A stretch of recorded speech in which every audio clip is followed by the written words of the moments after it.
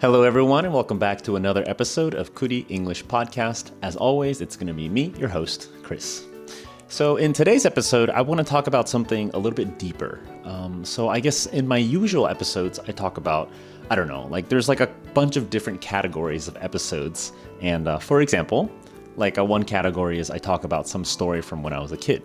So like a story from my childhood. And I talk about, when I was a kid, I ate so many French fries, or I had a lucky rock and I would kick the lucky rock or something like that. And these are stories about me as a kid. And then there's that kind of category. And then for other categories, sometimes I talk about cultural differences. So things that are different between, life in the US and then life in Japan, and then differences in people's expectations and things like that. And sometimes I also have fictional stories, but today is not really going to be any of those. I actually want to talk about something that's kind of general psychology. Psychology meaning the way that people think. So this is going to have to do with people and their feelings. And then also I'm going to try to tie it back in so that it can be related to everyone. So it's not just people who are interested in how people think and feel, but actually something that you can use to try to understand the way that you think and feel, in particular with learning English. So again, this whole podcast, the whole goal of this podcast is I talk in my easy to understand English, and I call it Kuli English. But what that really means is just, it's my English. I try to make it a little bit easier to understand. But at the same time, it's not so easy that the topic isn't interesting. If I were to just give you some super beginner level English, then we'd be really limited. We wouldn't be able to talk about funny stuff. I wouldn't be able to tell you about, there's this interesting story where I messed up some Japanese and then the dude gave me alcohol and then I felt awkward, so I had to drink it. And that's a real story, which I've talked about in the past. But I'm also kind of avoiding hard words and stuff like that. So as I talk about this thing, I'll try to talk about the psychology thing in a way that's interesting. And I might leave you behind a little bit. So if you're not really paying attention and you're just kind of listening in the background, that's totally fine. But of course, as always, I want it to be so that if you tune in every now and then you'll think, oh, okay, that's actually pretty interesting. But this topic, depending on if you actually like psychology, if you like talking about the way people think and feel, then maybe you'll have a little bit more fun. And if not, well, I don't know. I guess there's always next Tuesday. And next Tuesday, there's always a new episode. So I think that's a pretty good intro. Let's go ahead and take a short little music break here. I worked so hard to make all this music stuff. And then when we come back, I'm going to talk to you about some psychology things.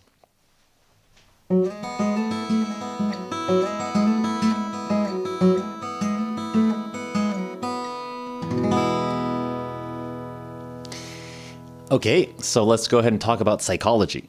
So again, psychology is kind of the way that people think. Or if you want to talk about individual science things in the brain, that's also psychology too. But I'm going to try to talk about everything in an easy to understand way. So I'm just going to talk about feelings. And then also not just for people, but to start out, I want to talk about something that's easier than humans. Because humans are very complex. Humans have all these different feelings. Sometimes they don't even know their own feelings. And then for example, I want to go to school, or, I want to make money, or I want to have friends or something like that. These are feelings that everyone kind of understands. I'm not sure if you have said that phrase exactly. Maybe you haven't said it like that, but these are feelings that if you hear it from someone else, it's oh, okay, I understand how you feel. I can imagine. So humans are a little bit complicated. So let's talk about something simpler. For example, I used to have a dog, and this dog was a very good dog. And by the way, I'm kind of a dog person. I really like dogs. I like cats too. I like all animals in general. Some bugs too. I kind of like bugs. But anyways, I used to have this dog, and this dog, it always did this one trick. And then the one trick that this dog was really good at was sitting. So to sit, it's not really that impressive. I don't know, if you asked a human to sit and they sat, you wouldn't think that's anything special. But for a dog, sitting is kind of oh, that's not so bad. It's good that you can do this. And so this dog, anytime it wanted something, for example, if it wanted a treat, or if it was hungry, or if it wanted to go for a walk or something, it'll approach you and then kind of look at you like it wants something. But because dogs can't talk, then they can't say hey, I want to go for a walk, or hey, I want to eat something, or hey, I want to eat something new because last time I got tired of that food. They can't say that. I don't even know if they can think complex thoughts like that. But what they do is they go up to you and they're and then they just like sit. And so my dog, like anytime it wanted something, it would sit. And so I think that's a really good example of like, well, like what is the dog good at? So for that dog, the way that the dog has lived its life, it like learned that sitting will sometimes give you treats. So before the dog learned how to sit, it wouldn't sit, right? It would just do whatever it wanted, and then nothing happened. But then because the dog wants treats, then, humans come along. So like me or like, another like dog owner will come and tell the dog, hey, like if you sit, then you get a treat, and you kind of train the dog. So from the dog's point of view, like if we are imagining what the dog's thinking like very simple, the stuff, which is like, I want the treat. If I sit, sometimes I get the treat. And then sometimes if I sit, I don't get the treat. But at least sometimes when I sit, I get the treat. And it's not just like treats or something, but it's like, oh, if you want something, if you have a dog that only knows one trick, it tends to repeat that trick all the time. And so there's a phrase for this. It's called a one-trick pony. And you can use this phrase in like various things, but it doesn't have to be a pony. But I guess imagine that dog was a pony and then it only knew one trick. Then the pony only does one trick. So it's like a special set phrase, one-trick pony. And that means like something only does the same thing over and over. And so actually, if we take this and kind of apply it to humans, then we can kind of see it a little bit. So again, the trait is one trick pony. And then so that means like something that only knows how to do like one thing, and it always does that thing. So this is the part that I think is really interesting. If someone knows how to do something and they're pretty good at it, it's actually pretty common that that person does that thing a lot. So let me give like an example. For example, like a really, really long time ago, by the way, this is like not like a story from like real life, but like a story from like history. But like a really, really long time ago when people were still like, hunting and gathering. So by hunting, I mean like they send the men and they go to the woods and they're looking for rabbits and they're like, oh, I see a rabbit. And then they get the rabbit and they get the meat and then they bring it home. And then the family gets to eat like rabbit meat. And then, so that's like hunting. And then there's also gathering. So gathering is like you like just gather things. You go to the woods, maybe you like find some fruits, or maybe you're like planting some vegetables or something like that. And then so these are like different skills. And so you can imagine that the people that were hunting, like they were kind of like appreciated by everyone else because they brought meat. Like, oh, that guy Tim, like he's always hunting and he brings us a rabbit like when he succeeds. And then when he fails, he brings us nothing. And then, like sometimes it's dangerous for Tim and then he gets attacked by a bear and then he dies or something like that. But so like a hunter is like valued for its one skill of hunting. And then like a gatherer, so someone who like finds berries and stuff, like they're valued because they bring like berries and herbs and vegetables and things like that. So then now let's apply this to like people in like everyday life. So I think this is something that kind of comes across my mind every now and then. And I'm not really sure if like I would feel comfortable telling someone like, hey, you're a one-trick pony. Every time like every time you face situation A, you do like action B or something like that. And I have thought this in my mind, but I never actually like told anyone that.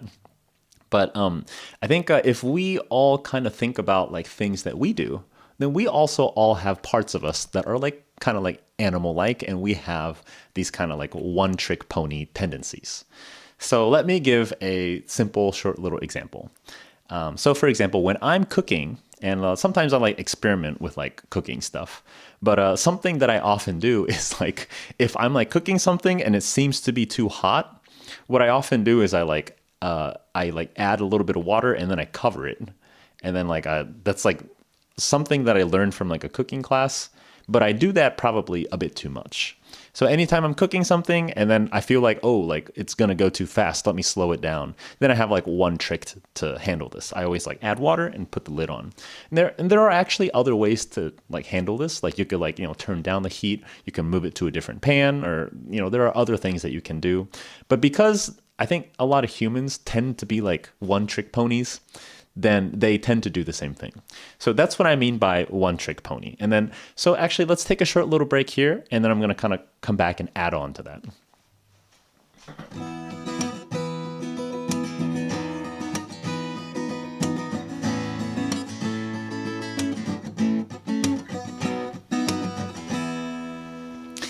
All right, so now let's talk about more examples of the one trick pony. So, for example, like at my old job, so at Google, like sometimes you had these kinds of like hard decisions that you had to make. And they're like hard decisions because it's not really clear which one's the right answer. And for example, you have some kind of problem where you have to like make something for some kind of client, the client meaning like the customer, and then we, like the engineers plus some other people, have to like decide what to do. And then sometimes the customer wants something that like can't be done. Like they're like, oh, please give us like this thing that just works always and it's like really good. And then like what happens is, we engineers, we think about it and we're like, wait, I don't think we can do that. So then we say like, well, that's going to be too hard, or like this doesn't work like that, or can we give you something else? And then I think every now and then you come across these teams, and the teams, by the way, I'm a big fan of like diversity in teams. I think that when you solve problems, it's really good to have like different kinds of ways that people think, and then you kind of all work together, and then you get a pretty good solution because you have lots of different things being represented. But if you kind of simplify that, so like you take the diversity part of it and we make it really simple, then you can imagine you have one guy, and that guy, he's the one trick pony of, oh, let's try to push back against the customer. So anytime you have some kind of discussion, we're like, oh no, what should we do? We can't make this. This is too hard. What should we do? Maybe we can make it like A, or we can make it like B. And then like the one trick pony guy would be like, let's just go back to the customer and like tell them that we can't do it. Let's go argue. And so his one trick pony is let's argue. And then there's always like some other engineer that's like, and his like main thing is like, oh, he's always like, oh no, we can make it. Let's just make it. And then like I will put in more time, I will put in more effort, and I will make it. And so like you have like that. And then so you can imagine like in those meetings, like people tend to say the same things. And then you also get these associations if you are on that team. You're like, oh, that guy is always saying anytime it's hard, let's like push it back against the customer. And then that guy is always saying it's not hard, I can do it by myself. And so like these are things that maybe, even if you don't work in like software stuff or you don't work in engineering, then you can probably imagine like what it was like for me when I like thought about these things. But now let me talk about it a little bit more in a way that's like relatable for everyday people. So everyday people, so like you and me, like I guess this podcast is kind of made for people who are like learning English. So for the average English learning student, and I have met a lot of different English learning students since I was like I was an English teacher in Japan for a long time. But when people are learning English, I think they also have these kinds of tendencies. You can call them like one-trick ponies, or there are like habits that they develop. And this is not a bad thing, okay? So when I talk about these things, like, like in the case of work or something, oh, that guy's always like trying to do the same thing. That sounded a little bit negative, but when it comes to learning languages, I think having these kinds of habits, they're actually pretty good. They're actually really good until you get to like a really, really high level. And when you get to a really high level and you want to go even higher, then you need to know your habits. You need to feel comfortable with like different ways to do things. But as an example, I think a one trick thing that I notice, and what I mean by that is like things that Japanese people do a lot is when they don't know something. So for example, if there's like an English speaker, so either me or someone else, and they say something, and maybe it's a little bit fast, maybe it's a little bit hard to understand, and then if the Japanese person doesn't understand it, then a lot of the times they're just thinking like, yes. And this is a really common thing, and I also understand this because I've done this in my process of learning Japanese as well. Like sometimes I'm not really sure what something is, and then I just say yes, sure. And that's like the one trick. And you can imagine that in a lot of situations, if someone asks you like various questions and you don't understand everything, a lot of the times the answer is like yes is probably okay. So for example, someone's seeing you like walking by this thing, they're like, oh, are you going to the gym over there? And then in that case, if you say yes, like it's probably fine. If you were actually going to the gym, then you're answering correctly. And if you're not going to the gym and someone asks you, hey, are you going to the gym? And you say yes, like it doesn't really matter. Like in that case, basically yes in most situations, it's like it's the safe answer. But of course, it's not always the case. And so if you have a lot of experiences in your life where you are learning your second language or not your primary language, let's say you're learning English and then you don't really know what to say, and yes works. So this is what I call kind of a one trick pony. It's kind of like a safe answer, but it's not a guaranteed safe answer. Like sometimes it's wrong. And by the way, I think this is fine. It's just something that if you want to notice stuff about yourself, then you can kind of think about it and think, oh, actually, when I don't know something, what should I do? And there's not really a correct answer to this. Sometimes students will ask me, what should I do if I don't understand something? And then I think the answer is it basically depends on your personality. So if you are a very quiet person and you almost never say anything, then the answer is pretty easy for you, which is when you don't understand something, you just say nothing. And, if you are someone who is very talkative and you like to understand every single thing that people say, then of course the answer is probably, well, you can try to clarify. You can ask, oh, sorry, what was that? And then after 2 or 3 times of asking and it doesn't work, then you can think about what to do at that point. But I think in the end, it actually really depends on the person and their personality for what they should do in that case. So as you think about these kinds of habits, I guess, remember that it's okay. So these things are actually very good. And I actually never try to correct habits, except if they're obviously wrong. But most habits aren't actually wrong. They're just kind of building their own personality, or it might be a little bit weird, but it's fine. I don't actually try to mess with it because I think these are really valuable for language learning up until a very high level. And then once you're at a very high level, then it's a different kind of game because, at that point, your motivation has to change. The way that you study has to change. And also you also have to be able to understand your own mistakes without someone else pointing it out toward you. So anyways, let's take a short little break here, and then I'm going to give you some examples about one trick things that I tend to do.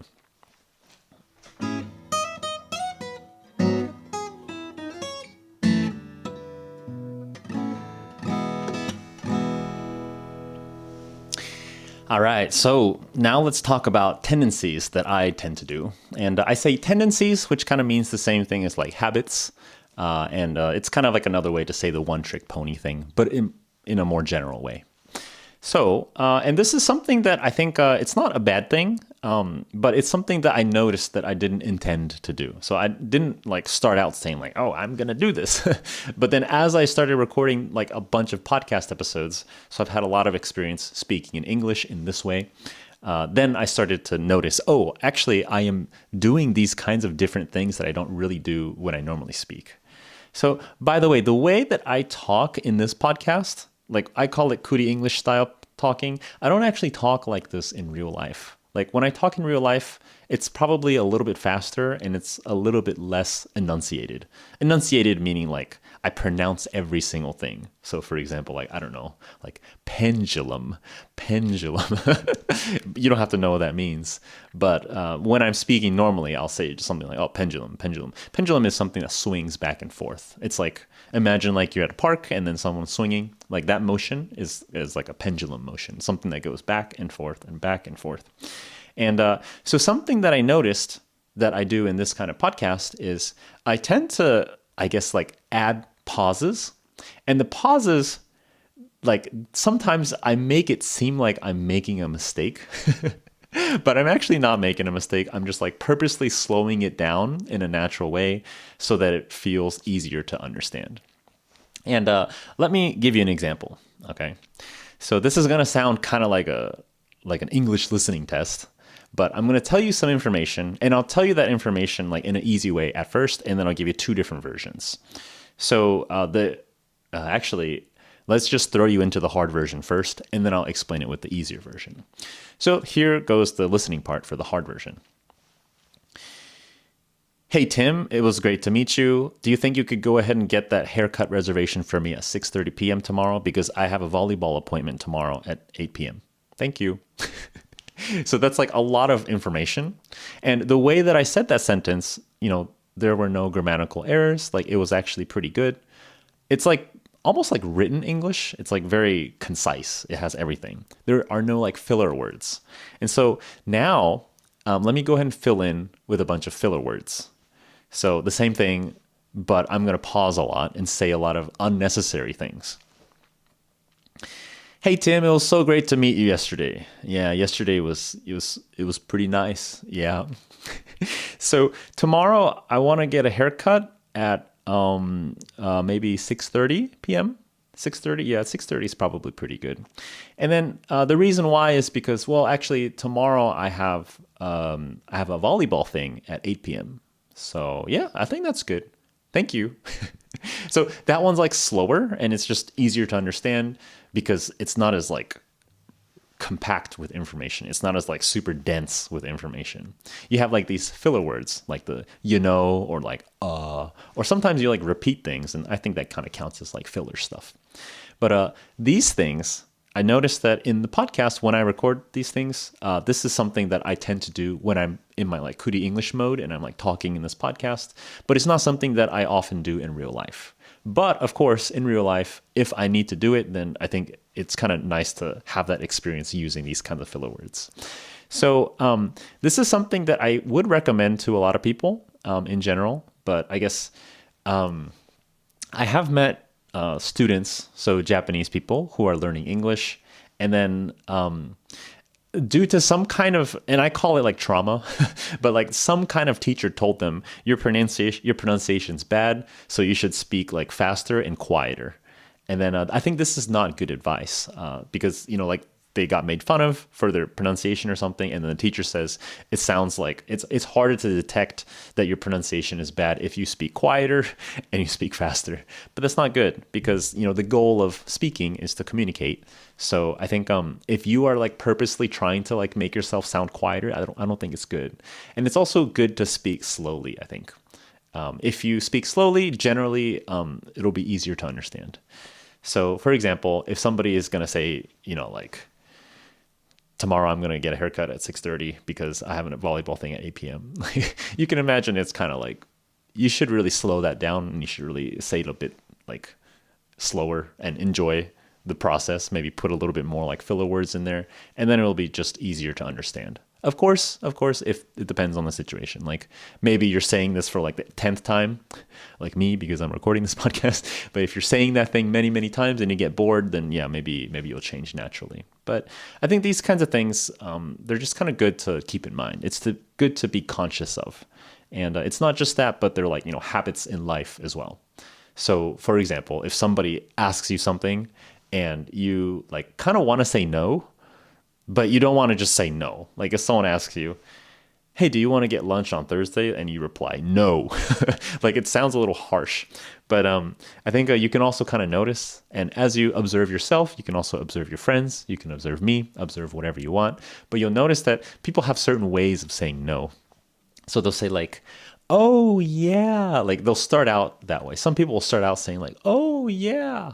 And by the way, when people say like, oh, yeah, or like, any combination of like yes and no. So they say, yeah, no, or no, yeah.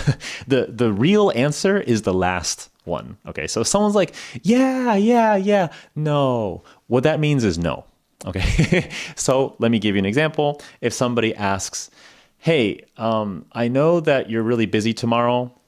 So how about you give me like the car keys and then I'll go ahead and do the chores. I'll drive and I'll take good care of everything. And if the response is, yeah, no, that means like no.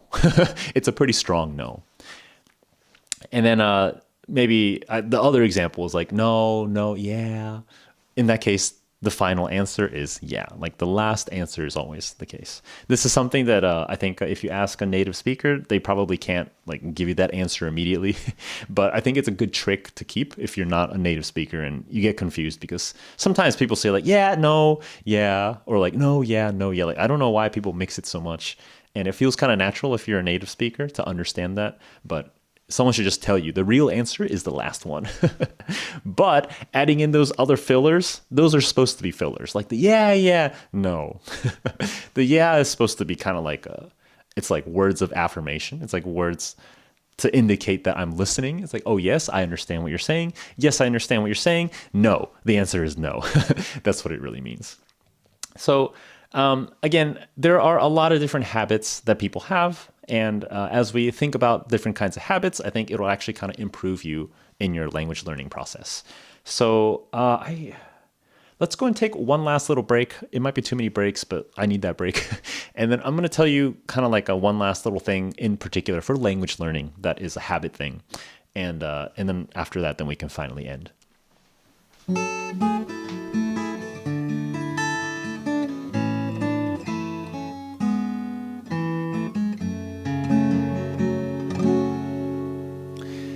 All right, so let's go ahead and make our way into this last section here. And so in this last section, I promised to tell you about like kind of like this weird like habit or like, like kind of a weird one-trick pony thing. You can call it a weird one-trick pony thing, but tendencies or habits will be a more neutral term to say it. And so let me tell you about some habits or tendencies that I have in Japanese. So in English, I think it's different because I am a native English speaker and I'm very comfortable in English. I grew up with it and I teach it and I have this podcast. So I've spent a lot of time like speaking in English in this format. So it's like different, right? You can probably use this as an example. So it should be easy to listen to. And if you copy my habits, that's fine. Like I don't really have, as far as I know, like terrible habits that you should not copy. I do have certain tendencies, for example, to use like what I call like Chris slang. And this is also like what my friends call it too, but I tend to make up words very often. So for example, the term super loser, I don't really know how I came up with this, but I tend to use it a lot. So anytime something is like, not going well, or like, let's say I'm playing a game and then it doesn't really go well, or let's say you have a couple different choices and you have some option that's like not good. I call that option like a super loser. And I don't know, it just feels really easy to understand and really easy to use because you have like a winner, you have a loser, and then you have a super loser. So super loser means like, big loser. So it's like really easy to understand. But I guess because I use it a lot, then sometimes when I speak in English in a teaching context, like the people will think, oh, so that's like a normal term that native people use. And the truth is, I think most people don't use the term super loser, but it's like very easy to understand. So you can kind of like use it if you want. I actually recommend that people use that phrase if they want to, but just know that not all the stuff that I say is like textbook level stuff. Like you can't like cut out any single thing that I say and then use that exactly. But I think you'll be okay if you do that. I don't think you'll make any big mistakes. So another thing that I noticed for when I speak Japanese is, I guess for English it's different, but for Japanese, you know how I mentioned that previous story where I have like some Japanese students, and then if I ask them some question and then they understand like almost none of it, so they have no idea what's going on, then sometimes they just say yes.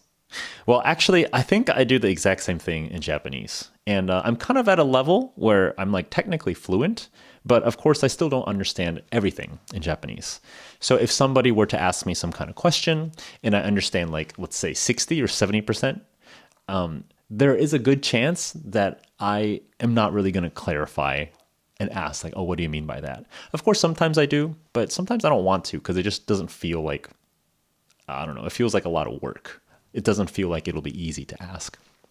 But it's probably not good for me to just like say yes or something like that. Let me give a couple examples of things that you can do if you have the tendency to say yes. So let's say someone asked you a question and you don't really know like what they're saying. Something you can do is you can take one part of their sentence and then speak a full sentence. And this is like kind of safe. As an example, someone asks you, let's say someone asks you, have you ever been horseback riding? Because it's really nice in Hawaii. And then, so let me say that slower so that you can understand. Have you ever been horseback riding? Horseback riding is like riding on a horse because it's really nice in Hawaii. So Hawaii is a place you can go horseback riding in Hawaii. But if you didn't understand, like, let's say you don't know what horseback riding is, but you know horses, like you know what a horse is, then you can say, oh, I love horses. Or like, oh, are there a lot of horses in Hawaii? So these are like, I think, good examples of like safe ways to take it And then you can kind of hide the fact that you don't know what something means. Of course, the easiest thing to do is probably to just ask like, oh, what is horseback riding? And then someone will say, oh, it's like where you ride a horse. And then you'll be like, oh, okay, now I understand. And that's great. And you need to do these things or else you'll never learn. Or you can look it up on the side or something, but that's like more effort. But if you don't want to do that and you want to continue the conversation, which I think it really depends on your personality, it depends on the relationship that you have with that person. And if you always ask people to clarify everything, that's also not good because the people around you will get tired. They don't want to have to explain it to you. Like if you're at a store and they're trying to ask you if you want this one thing and then you keep asking, what does that mean? What does that mean? What does that mean? They're going to think like, I'm trying to sell you something. I'm not like your English teacher. But so that is one like tactic, which I think I kind of do by default. And I don't know if it's a good thing, but I think it's sometimes useful, which is, yet again, let me explain. If someone asks you something and you don't really know what they're saying, then you can kind of pick one part of what they're saying and then kind of like put a full sentence together, so that you can kind of like take things in some direction. And this, by the way, this has downsides too. Like if somebody asks you, like, for example, like, oh, like it'd be great if we could be good friends. So, maybe we could go horseback riding on Thursday if you're free. And then someone like is going to ask like, oh, are there horses in Hawaii or something? Then you can notice that in this first part, like the first part, someone said, I want us to be good friends. Do you think we can go horseback riding together on Thursday or something like that? Then you're kind of ignoring that part, which is like the friend invite, which is like, hey, I want to be good friends with you. Do you want to do something together? Like that's like the main topic. But he also mentioned horseback riding. And if you take that one part that's like not the main part of the sentence, it might accidentally seem like you're like rejecting the friendship, even if you actually weren't. So there are these kinds of like dangerous parts to it as well. And, there's no good answer here. So, just do your best. And now I don't really know how we're doing on time. Let me talk about this one last part, which I think is also a pretty interesting thing. But I want to talk about, I guess, like different personalities in English versus Japanese. So in my case, it's English and Japanese. And then in your case, maybe it's English and some other language. But in your native language, like I think a lot of people feel like in their native language, they have no like restrictions. Like this is their truest version of themselves. But I think actually it's not always the case. Like sometimes you kind of give birth to a new personality in the new language. So if you like grew up speaking English, then English you would imagine would be your like main language. And then when you speak English, you don't really feel limited. You don't feel like you can't say certain things because of language issues. Like sometimes you don't know your own feelings and that's why you can't say it. But it's usually not like an issue because, oh, I don't know how to say this word or something like that. But then, so for me, I have my English personality and then I also have my like a Japanese personality. And it's like a different shape because my Japanese personality was born like as I studied Japanese pretty recently in the past like 3 years. So it's like a new Chris. And so the English version of me, like it has a lot of history, like growing up, and then it has like certain terms and it knows a lot of like random English stuff because it spent a long time in English. But the Japanese Chris is like emotionally more developed, I think.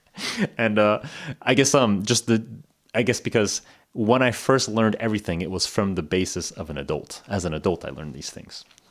And then so as I speak, once you reach a certain level, and this is like, I think a really good checkpoint, but if you are able to speak from your own feelings directly without thinking in your original language, then I think that's a really good checkpoint to have.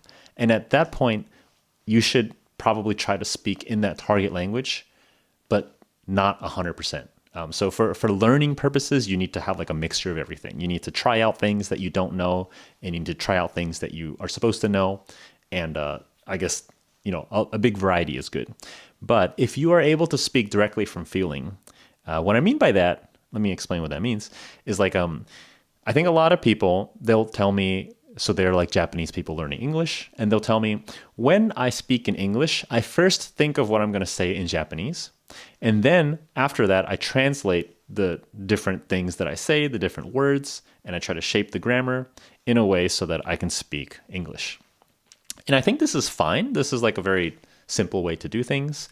But at the same time, I should mention, this is going to be really hard to do like at the higher level. So if you need to keep up a conversation, it's pretty hard because you're not keeping up just one conversation, you're keeping up two conversations. So someone says something and you have this job inside the back of your mind, which is like to translate that into your native language, maybe Japanese, maybe another language.